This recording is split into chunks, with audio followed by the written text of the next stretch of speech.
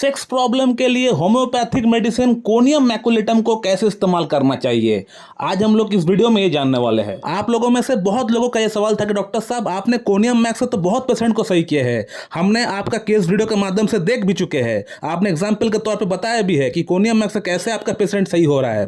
तो conium Mac का ऐसा क्या सिम्टम्स आप देखते हैं, कौन सी आप लक्षण के आधार पर इसको आप प्रिस्क्राइब करते हैं, ये जरा हमें बताइए, ताकि हमारा अंदर अगर ये सिम्टम्स मैच होता है तो हम किस प्रकार से कोनियम मैक को हम लोग इस्तेमाल कर सकते हैं खुद ब खुद। तो दोस्तों, कोनियम मैक प्रिस्क्राइब करने से पहले मैं पेशेंट के अंदर 5 से 6 सिम्टम्स ऐसी है जो मैं देखता हूं, जिसे देखने के बाद अगर मुझे लगे कि हाँ ये कोनियम मैक का ही पेशेंट है, तो मैं कोनियम मैक प्रिस्क्राइब करने के लिए 1 सेकंड भी देरी नहीं करता हूं। जो भी जूनियर डॉक्टर्स है, जो स्टूडेंट्स है, जो हमारा वीडियोस को हर दिन फॉलो किया करते हैं, उनको तो पता होगा, क्योंकि मैंने कोनियम मैक का ऊपर बहुत सारे केस वीडियो हमने इससे पहले ला चुके हैं। वहां हमने बताया है कि कोनियम मैक कहां पे प्रिस्क्राइब करना चाहिए। लेकिन जो लोग इस फील्ड से जुड़े नहीं है, लेकिन फिर भी उनका अंदर होम्योपैथी को लेकर प्यार है, भरोसा है, तो वे लोग इस वीडियो को देख के सीख सकते हैं, जान सकते हैं, और जैसे मेडिसिन में बताता हूं लेने के लिए, उस प्रकार से आप ले भी सकते हैं। दोस्तों, कोनियम मैक को प्रिस्क्राइब करने के लिए जो सबसे पहला सिम्टम होना चाहिए पेशेंट के अंदर, वो है सप्रेशन ऑफ सेक्सुअल डिजायर। यानी आपका अंदर सेक्सुअल प्रॉब्लम शुरू होने के पीछे कहीं ना कहीं सप्रेशन एक बहुत बड़ा कारण है। सप्रेशन का मतलब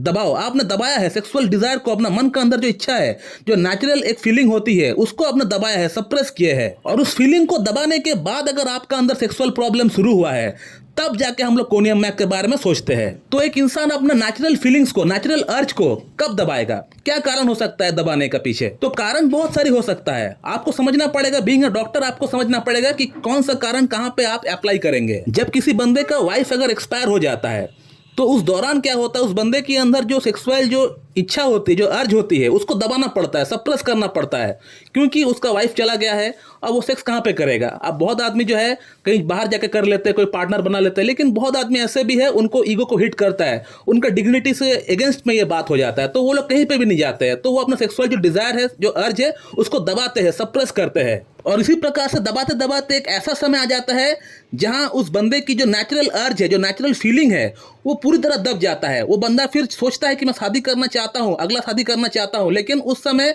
इस तरह से वो अपना फीलिंग्स को दबाते दबाते एक ऐसा कंडीशन अपना अंदर पैदा कर लिया कि उनका जो नेचुरल अर्ज है वो पूरी तरह दब चुका है, और नेचुरल अर्ज को दबने का कारण से जो इरेक्टाइल डिसफंक्शन की समस्या है, लिंग में तनाव की समस्या है, वो भी आना शुरू हो चुका है। और एक कंडीशन ऐसा भी देखा गया है कि हस्बैंड वाइफ में से किसी एक को बाहर जॉब के लिए जाना पड़ता है, या दोनों को ही बाहर जॉब के लिए जाना पड़ता है अलग अलग जगह पे, तो लॉन्ग डिस्टेंस होने के कारण से भी सेक्सुअल सप्रेशन हो जाता है, तो ये भी एक कारण हो सकता है। और एक कंडीशन ऐसा भी होता है, बहुत बच्चे, बहुत लड़के हस्तनाथुन तो करते हैं, लेकिन सीमन जब भी उनका बाहर निकलने वाला रहता है, तो उस समय वो अपना लिंग को रोक देते हैं, सप्रेशन कर देते हैं, उसको दबा देते हैं, सीमन को बाहर निकलने नहीं देते हैं, और ऐसा करते ही रहते हैं। 1 घंटा 2 घंटा कोई काम नहीं है, बैठ के ऐसा ही करते रहते हैं, पॉर्न देखते रहते हैं, और इसी प्रकार से इसी तरह से एक्टिविटी करते रहते हैं। लेकिन उनको ये नहीं पता कि इससे सेक्सुअल सप्रेशन हो रहा है, सप्रेशन होने के कारण से लिंग के अंदर जो नसें है वो डैमेज हो रहा है, वो खराब हो रहा है।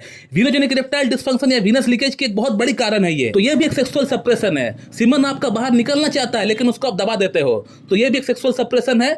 इस तरह एक्टिविटी करने के बाद अगर किसी को इरेक्टाइल डिसफंक्शन या सेक्सुअल प्रॉब्लम अगर उत्पन्न होता है, तब हम लोग कोनियम मैक के बारे में सोचते हैं। आज से कुछ ही दिन पहले हम लोग कोनियम मैक का ऊपर एक केस वीडियो अपलोड किए थे इस चैनल का ऊपर, जहां वो बंदा इसी तरह की एक्टिविटी किया करता था, सीमन जो है रोक दिया करता था। जैसे सीमन बाहर निकलने वाला रहता था हस्तनाथुन के क्रिया के दौरान, उसको वो रोक दिया करते थे, और ऐसा ही करते रहते थे। तो उस पेशेंट को भी हमने कोनियम मैक दिया था।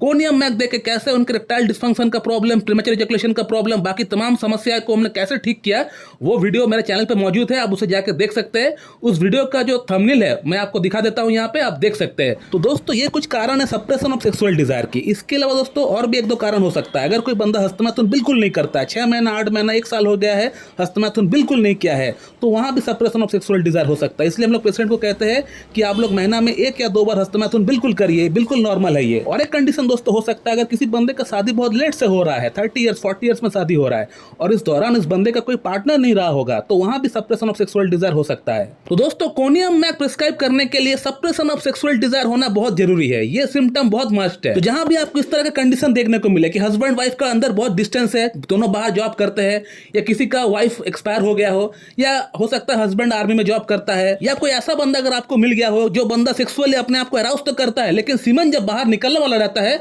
उस समय वो अपने आप को रोक दिया करता है, और यदि आपको कोई ऐसा बंदा अगर आपको दिख रहा है जिस बंदे का शादी काफी लेट से हुआ है या लेट से हो रहा है शादी, जिसका उम्र 36 ईयर्स 38 ईयर्स या 40 ईयर्स हो चुका है, अब उनको शादी हो रहा है और अब इनको तमाम समस्याएं हो रही है, तो कहीं ना कहीं उनका अंदर भी सेक्सुअल सप्रेशन हुआ है इतना लेट से शादी करने के कारण से, तो वहां भी हम लोग कोनियम मैक के बारे में एक बार जरूर सोच सकते हैं।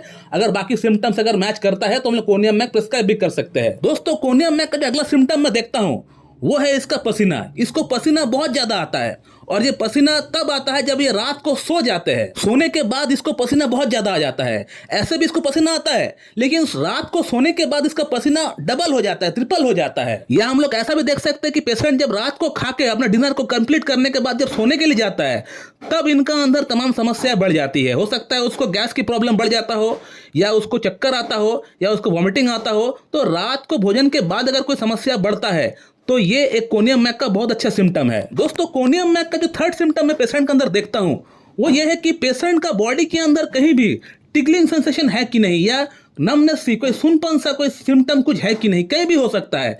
इस प्रकार का कोई सिम्टम है कि नहीं। दोस्तों, कोनियम का जो मैं फोर्थ सिम्टम देखता हूं यह है कि इसका पेशेंट जो मेरे सामने बैठा है वो चिली पेशेंट है कि नहीं, यानी उसको ठंड से परेशानी होता है या नहीं। क्योंकि कोनियम मैक का जो पेशेंट होता है वो चिली पेशेंट होता है, उसको नहाना पसंद नहीं होता है सल्फर की तरह, और वो घर में रहना पसंद करता है। उसका अंदर मीठा खाने का शौक बहुत ज्यादा नहीं है, लाइकोपोडियम अर्जेंटम नाइट्रिकम की तरह, सल्फर की तरह मीठा खाने का शौक बहुत ज्यादा नहीं है। इसको थोड़ा सा सॉल्टी खाना अच्छा लगता है, थोड़ा सा नमक ऐड करते हैं खाने में, थोड़ा ग्रीन चिलीज खाते हैं, तो इस प्रकार से थोड़ा चटपटा खाना इनको अच्छा लगता है। मीठा का कुछ बहुत ज्यादा क्रेविंग नहीं है इसका अंदर। दोस्तों, इसका फिफ्थ सिम्टम के अंदर इसका मैं माइंड सिम्टम देखता हूँ। क्योंकि कोनियम मैक का जो पेशेंट होता है इसका मेमोरी बिल्कुल वीक होता है। हर तरह का हर एक एक्साइटमेंट से, कोई अच्छा चीज अगर हो रहा है, कोई अगर खुशी का कोई अगर लहर दौड़ रहा है, तो उससे भी इसको प्रॉब्लम हो जाता है। यानी अगर हम कहें कि पेशेंट को डिप्रेशन की प्रॉब्लम है तो गलत नहीं होगा। इसका पेशेंट को एंजाइटी बहुत ज्यादा होता है, डिप्रेशन बहुत ज्यादा होता है, स्ट्रेस बहुत ज्यादा होता है, छोटी सी बात को लेकर बहुत ज्यादा सोचता है। तो ये रहा कोनियम मैक का फिफ्थ सिम्टम, पांचवा सिम्टम। लेकिन ये सिम्टम सबके साथ होगा ऐसा नहीं।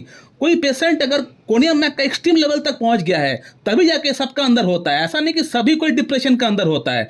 तो इसका जो सिम्टम्स है ये पेशेंट टू पेशेंट वेरी करता है, कुछ पेशेंट में हो भी सकता है, कुछ पेशेंट में नहीं भी हो सकता है। तो ये जो फिफ्थ सिम्टम है इसको बहुत ज्यादा इंपॉर्टेंस देने की दरकार नहीं है। कोनियम मैक का जो सिक्स्थ सिम्टम हम लोग देखते हैं वो ये है कि पेशेंट का अंदर कोई चक्कर आने की समस्या है कि नहीं, वर्टिगो की समस्या है कि नहीं। और ये सिम्टम भी अगर हम लोग को मिलता है तो अच्छी बात है, अगर नहीं मिलता है तो कोई बात नहीं। कंपलसरी नहीं है कि सब कोनियम मैक के पेशेंट के अंदर चक्कर आएगा ही आएगा। अगर मिल जाता है तो सोने पे सुहागा है, अगर नहीं मिलता है तो भी हमको कोई ऐसा कंपलसरी नहीं है कि हमको मिलना ही है। स्टार्टिंग का 2 सिम्टम अगर मिल जाता है जो हमने बताया आपको, तो कोनियम मैक हम लोग प्रिस्क्राइब कर सकते हैं आंख बंद करके। अब सवाल ये आता है कि कोनियम मैक का सिम्टम्स अगर किसी के साथ मैच होता है तो बंदा किस प्रकार से उसको इस्तेमाल करे। तो कोनियम मैक को इस्तेमाल करने का जो सबसे सटीक तरीका है वो ये है कि कोनियम मैक 30 पोटेंसी में आप लेकर आइए और इसका 2 बूंद सुबह 2 बूंद शाम को आप लीजिए। इस प्रकार से आप इसको 6 दिन लीजिए, 6 डेज लीजिए, और 2 चम्मच पानी के साथ मिला के ही आप लीजिएगा कोनियम मैक 30। और 6 दिन कोनियम मैक लेने के बाद आप कम से कम 1 महीना इंतजार करिए, वेट करिए। आप देखिए कोनियम मैक आगे क्या आपको रिजल्ट दिला रहा है, कितना चेंजेस आपका अंदर हो रहा है। चेंजेस अगर आपका अंदर आता है तो आप कोनियम मैक 200 लीजिएगा, लेकिन 200 जो है आप किसी एक अच्छे डॉक्टर के पास जाकर उनसे कंसल्ट करके ही लीजिएगा। क्योंकि कोनियम मैक एक बहुत ही डीप एक्टिंग रेमेडी है, एक बहुत बड़ी पॉलीक्रेस्ट है और साथ में ये एक जहर है। तो इसको आगे कैसे इस्तेमाल करना चाहिए वो एक डॉक्टर आपको बखूबी बता पाएगा। तो दोस्तों, ये रहा एक शॉर्ट वीडियो अबाउट कोनियम मैक। अगर आपको ये वीडियो अच्छी लगती है तो एक लाइक जरूर कर दीजिएगा, और अगर आपको इस वीडियो से रिलेटेड कोई अगर सवाल है तो इस वीडियो कमेंट बॉक्स में आप जरूर करिए, उसका रिप्लाई आपको वहीं पर दिया जाएगा। So thank you very much and have a good